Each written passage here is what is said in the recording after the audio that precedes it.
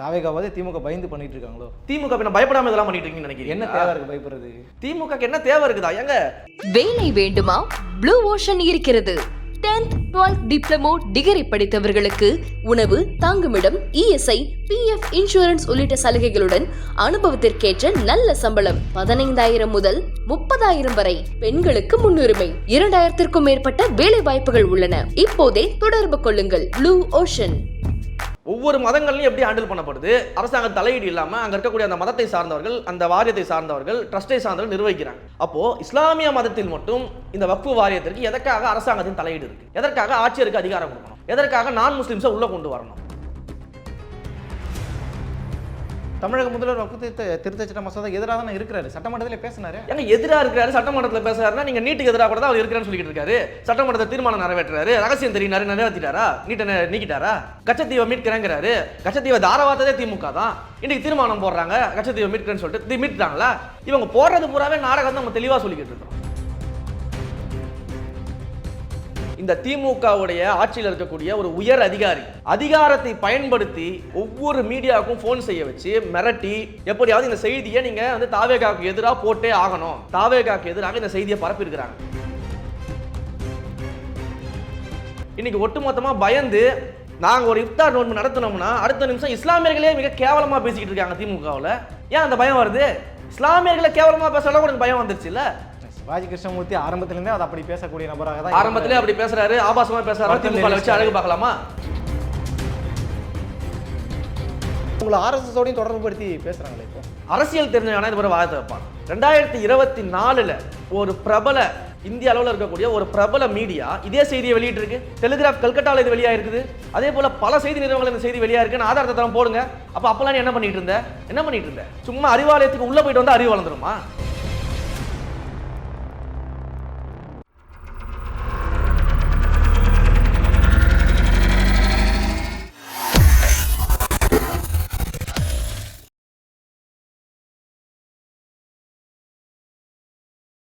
தமிழ் நேயர்களுக்கு வணக்கம். இன்றைய நேர்காணலில் நம்மோடு இணைந்திருப்பவர் தமிழக வெற்றி கழகத்தினுடைய செய்தி தொடர்பாளர் திரு ரமேஷ் அவர்கள். பல்வேறு அரசியல் நிகழ்வுகள் குறித்து நம்ம பேச இருக்கிறோம். வணக்கம் பிரதர். வணக்கம். மீண்டும் சந்திப்பதில் மகிழ்ச்சி.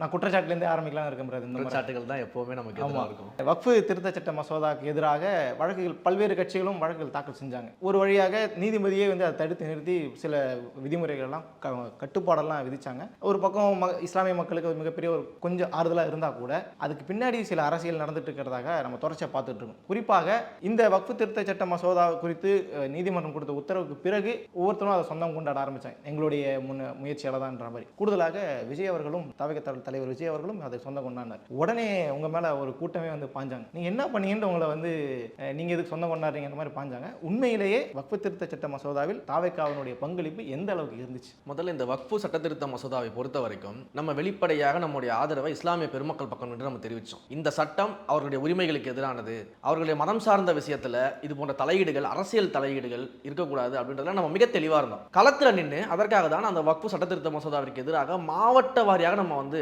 போராட்டத்தை நடத்தோம். அன்றைக்கு என்ன சொன்னாங்க? இது ஒரு அடையாள போராட்டம். சும்மா அடையாளத்துக்கு நீங்க ஒரு போராட்டம் பண்ணா போதுமா? களத்துல வந்து ஒரு நாள் அடையாளத்துக்கு வந்து நீங்க காலையில போராட்டம் நடத்தி கைதாகி ரிலீஸ் ஆயிட்டா போதுமா? இப்படின்ற கேள்விகள்லாம் வச்சாங்களா இல்லையா? அதற்கு பிறகு நம்ம சட்ட ரீதியாக போராட்டத்தை நம்ம முன்னெடுக்கிறோம். ஏற்கனவே களத்துல போராடுறோம். களத்துல போராடினா இப்படி ஒரு விமர்சனத்தை வச்சாங்க. இப்ப சட்ட ரீதியாக நம்ம என்ன பண்றோம்? ஏற்கனவே இந்த வக்ஃபு சட்டத்திருத்த மசோதாவிற்காக என்ன பண்றாங்க? வழக்கு தொடுக்கப்பட்டிருக்கு. அதோட சேர்த்து எங்க வழக்கையும் இணைச்சுக்கோங்க, நாங்களும் அதில் இணைந்து இந்த சட்டத்திருத்த மசோதாவுக்கு எதிராக வந்து நாங்க வந்து இந்த வழக்கை நாங்க தொடுக்கிறோம் அப்படின்னு சொல்லிட்டு நம்ம அந்த வழக்கில் இணையும் பொழுது மிக தெளிவாக நமக்காக வந்து திரு அபிஷேக் மனு சிங்வி அவர்கள் வந்து ஒரு சீனியர் வழக்கறிஞர், அவர் தான் வந்து வாதாட போறாரு அப்படின்னு நம்ம சொல்றோம். சொன்னதுக்கு அப்புறம் அந்த வழக்கு வருது. அந்த வழக்கை வந்து விசாரிக்கக்கூடிய நீதிபதிகள் பல்வேறு கேள்விகளை வந்து இந்த ஒன்றிய அரசின் மீது வைக்கிறாங்க. எப்படி வந்து இஸ்லாமியர்கள் சொத்து விவகாரத்தில், இஸ்லாமியர்களுடைய மதம் சார்ந்த ஒரு நிர்வாக விவகாரத்தில், அந்த வாரியத்தில் இஸ்லாமியர்கள் அல்லாதவரை நீங்க எப்படி கொண்டு வருவீங்க?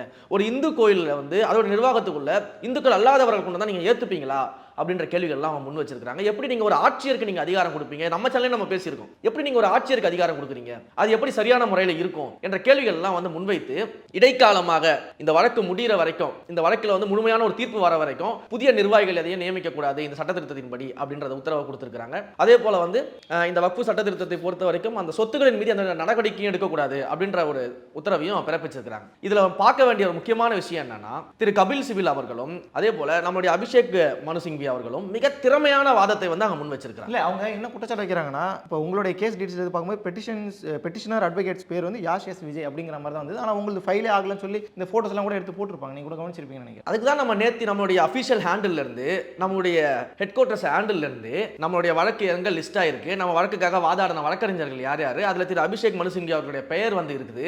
மிக தெளிவாக நேற்று அதை நம்ம வெளியிட்டு இருக்கிறோம். இந்த பரப்புரையை மேற்கொள்றது யாருன்னு பாத்தீங்கன்னா, இந்த திமுகவினுடைய இணையதள கைக்கூலிகள். இவங்களுக்கு 200 ரூபாய்க்கு பஞ்சம் வந்துருச்சுன்னா எந்த பொய்யை வேணாலும் பேசுவாங்க. அப்படிப்பட்ட ஒரு கும்பல். இந்த கும்பல் இப்படி ஒரு பொய் பிரச்சாரத்தை முன்னெடுத்து வச்சுட்டு இருக்காங்க. எங்க திமுக வழக்கு தொடுத்துச்சுல, என்ன வாதாடினாங்க, என்ன பாயிண்ட்ஸை முன் வச்சாங்க, என்ன திறம்பட வாதாடினாங்க, அதை பத்தி பேசுறதுக்கு அவங்களுக்கு திராணி இருக்கா, எதனா பாயிண்ட்ஸ் இருக்கா? சும்மா வந்து நானும் வந்து கேஸ் போடுறேன், நானும் சும்மா வந்து இஸ்லாமியருக்கு ஆரம்பத்துல இருந்தே எம்பி வில்சன்லாம் இது சம்பந்தமா பேசினாரு, ஆராசா பேசினாங்க, கனிமொழி இன்னைக்கு இந்த கேஸ்ல நீங்க போட்டீங்கல்ல, உச்சநீதிமன்றத்தில் இந்த கேஸ் நடக்குது. நாங்க வந்து அபிஷேக் மனு சிங்வி அவர்களை எங்களுடைய ஒரு வாதாடுவதற்காக வழக்கறிஞராக நியமிக்கப்பட்டு அவர் பேசுறாரு, திறம்பட தன்னுடைய வாதத்தை முன் வச்சிருக்கிறார். நீங்க அந்த மாதிரி ஏன் வந்து ஒரு சீனியர் வழக்கறிஞர்களை வச்சு ஏன் நீங்க முன்னெடுக்கல? என்ன பங்களிப்பு நீங்க கொடுத்திருக்கீங்க, அதை ஏன் உங்களால சொல்ல முடியல? ஏன் எந்த அமைச்சரும் பேசல? ஏன் முதலமைச்சர் பேசல? ஏன் துணை முதலமைச்சர் பேசல? இந்த இணையதள கைக்கூலிகளை வச்சுக்கிட்டு திட்டமிட்டு வதந்திகளை பரப்பிட்டு இருக்கீங்களா? ஏன் இந்த மாதிரி வேலை பண்ணிட்டு? தமிழக முதல்வர் வக்ஃபு திருத்த சட்ட மசோதா எதிராக தான் இருக்கிறாரு, சட்டமன்றத்தில் பேசினாரு. எங்க எதிராக இருக்கிறாரு, சட்டமன்றத்தில் பேசுறாருன்னா நீங்க நீட்டுக்கு எதிராக கூட தான் அவர் இருக்கிறான்னு சொல்லிட்டு இருக்காரு. சட்டமன்றத்தை தீர்மானம் நிறைவேற்றாரு, ரகசியம் தெரியினாரு, நிறைவேற்றிட்டாரா, நீட்டை நீக்கிட்டாரா, கச்சத்தீவை மீட்கிறேங்கிறாரு. கச்சத்தீவை தாரவாத்ததே திமுக தான். இன்னைக்கு தீர்மானம் போடுறாங்க கச்சத்தீவை மீட்கிறேன்னு சொல்லிட்டு மீட்கிறாங்களா? இவங்க போடுறது பூராவே நாடகம் தான். நம்ம தெளிவா சொல்லிக்கிட்டு இருக்கிறோம். உட்கார்ந்துக்கிட்டு மக்களை ஏமாத்துறதுக்காக தீர்மானம் போடுறது, கேஸ் போடுறது, சும்மா வந்து வாதாடாம கோர்ட்ல நின்று வேடிக்கை பார்த்துட்டு வந்துடுறது, இதெல்லாம் பண்ணிட்டு எங்களுடைய வழக்கறிஞர் மிக திறமையாக வாதாடி ஒரு வெற்றியை நோக்கிய பயணத்தை முன்னெடுத்திருக்காங்க. ஒரு படி அதுல போயிருக்காங்க அப்படின்னும் பொழுது அந்த வெற்றியை ஜீரணிக்க முடியாம, ஜெல்லிசல் வாங்கி குடிக்க காசு இல்லாம உட்கார்ந்து என்ன பண்ணிட்டு இருக்கீங்க? அபிஷேக் மனு சிங்வி அவர்கள் வந்து தாவேக்காவுக்காக வாதாடவே இல்லைன்னு ஒரு பொய்யை பரப்பிக்கிட்டு இருக்கீங்க. கேஸ் லிஸ்ட் ஆகலன்னு ஒரு பொய்யை பரப்பிட்டு இருக்கீங்க. மிக தெளிவாக உச்சநீதிமன்றம் சொல்லுது. என்ன சொல்லுது?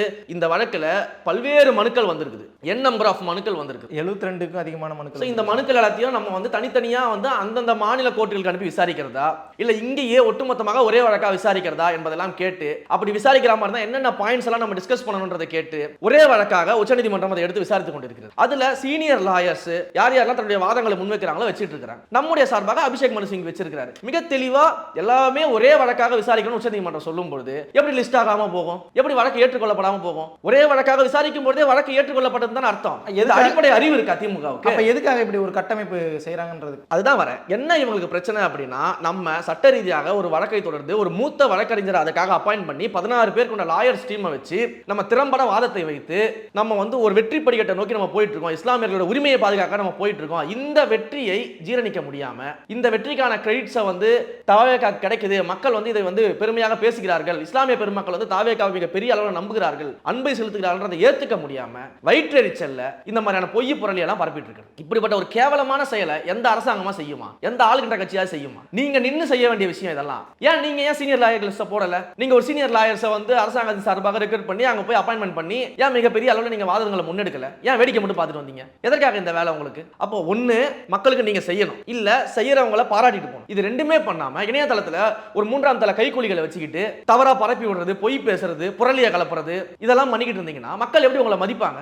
இல்ல நான் இன்னொரு கேள்வி இருக்கு, நான் அதுக்கு முன்னாடி சொல்லி ஒரு கேள்வி கேட்டுறேன். என்ன விஷயம்னா, இஸ்லாமியர்கள் உங்களுக்கு ஆதரவா இருக்காங்க நீங்க சொல்றீங்க. சமீபத்தில் ஒரு இஸ்லாமியர் ஒரு அமைப்புடைய தலைவர் நார்த் இந்தியால இருந்து ஒருத்தர் பேசுறாரு, விஜயோட எந்த நிகழ்ச்சியில் நீங்க கலந்துக்காதீங்க இஸ்லாமியர்கள்ன்ற மாதிரி பேசுறாரு. இப்ப எதிராக இருக்கிறாங்கன்ற மாதிரி புரிஞ்சுக்கிறதா இல்ல எப்படி இதை எப்படி எடுத்துக்கீங்க? எத்தனையோ ஜமாத்துகள் இருக்கு, எத்தனையோ ஜமாத்ல இருக்கக்கூடிய தலைவர்கள் இருக்கிறாங்க. உத்தரப்பிரதேசல இருந்து ஒரு ஜமாத் தலைவரை கான்ட்ராக்ட் லேபரா கூட்டிட்டு வந்துட்டு அவர் ஏற்கனவே வந்து அகண்ட பாரதம் அமைப்போன்னு ஆதரவு தெரிவிச்சு பேசினவர், சிஏஏவுக்கு ஆதரவு தெரிவிச்சு பேசினவர், இந்த வக்ஃபு சட்ட திருத்த மசோதாவுக்கு ஆதரவு தெரிவிச்சு பேசினவர், முழுக்க முழுக்க பாஜகவோட ஊதுகுழலா செயல்பட்ட ஒருத்தரை ஊபியில இருந்து கொண்டு வந்து பேச வச்சு அதை இந்த ஊபிகள் வந்து அடாப்ட் பண்ணி, ஏன்னா அன்றைய தினம் எல்லா செய்தி ஊடகங்களும் அதை ரொம்ப அதிகமாகவே பிரபலப்படுத்தும். அதை தான் நாங்கள் வெளிப்படையா நாங்களே சொல்லியிருக்கிறோமே. எல்லா செய்தி ஊடகங்களுக்கும் இந்த திமுகவுடைய ஆட்சியில் இருக்கக்கூடிய ஒரு உயர் அதிகாரி, ஒரு அதிகாரியை வைத்து நேரடியாக ஒவ்வொரு மீடியாவுக்கும் போன் செய்ய வச்சு மிரட்டி, எப்படியாவது இந்த செய்தியை நீங்க வந்து தாவேகாவுக்கு எதிராக போட்டே ஆகணும், எல்லாரும் ஒரே நேரத்தில் போடுங்க அப்படின்னு சொல்லி அதிகாரத்தை பயன்படுத்தி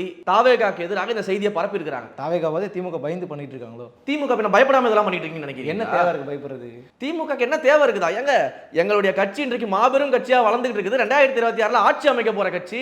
இன்னைக்கு ஒட்டுமொத்தமா பயந்து நாங்க ஒரு இஃப்தார் நோன்பு நடத்தினோம்னா அடுத்த நிமிஷம் இஸ்லாமியர்களே மிக கேவலமா பேசிக்கிட்டு இருக்காங்க திமுகவில். ஏன் அந்த பயம் வருது? இஸ்லாமியர்களை கேவலமா பேசுறதுல உனக்கு பயம் வந்துருச்சு இல்ல?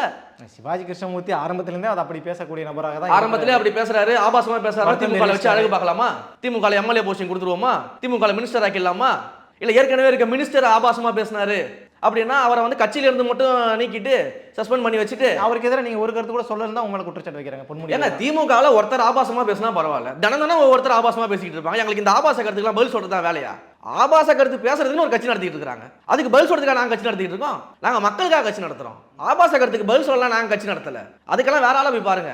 இதுக்கெல்லாம் வந்து நீங்க வந்து அறிவாலயத்துக்கு வா, அண்ணா சாலைக்கு வா, கமலாலயத்துக்கு சண்டை போட்டுப்பீங்கல்ல, அங்க போய் நீங்க பாருங்க. உங்க முதலாளி கூட இதெல்லாம் நீங்க இந்த சண்டையெல்லாம் நீங்க போட்டு நீங்க வந்து உங்களுக்கான விளம்பரத்தை தேடிக்கலாம். நாங்க விளம்பரம் தேட வரல, எங்க தளபதிக்கு விளம்பரம் முக்கியம் கிடையாது. நாங்க மக்களுக்காக வந்திருக்கிறோம். அதனாலதான் சட்ட ரீதியான போராட்டங்கள்லாம் முன்னெடுக்கிறோம், சட்ட ரீதியான விஷயங்களை பண்றோம், களத்துல நிக்கிறோம். இவ்வளவு விஷயங்கள் நாங்க பண்ணிக்கிட்டு இருக்கிறோம். உட்கார்ந்துக்கிட்டு உத்தரப்பிரதேச ஊபியில இருந்து ஒருத்தரை கூட்டிட்டு வராங்களாம். அவங்க முதலாளி வந்து இது போல பேச சொல்லி அனுப்பி விடுவாங்க. ஏற்கனவே முதலாளியோடைய ஊதுகுழல் தான் அவர் வந்து ஒரு ஜமாத் தலைவர்னு சொல்லிட்டு ஒரு அறிக்கையை கொடுப்பாரு, ஒரு பாத்வாவை கொடுப்பாரு. அதை வந்து இங்க இருக்க ஊபிகள் என்ன பண்ணுவாங்க, மீடியாவில் பப்ளிஷ் பண்ண சொல்லி மிரட்டுவாங்க.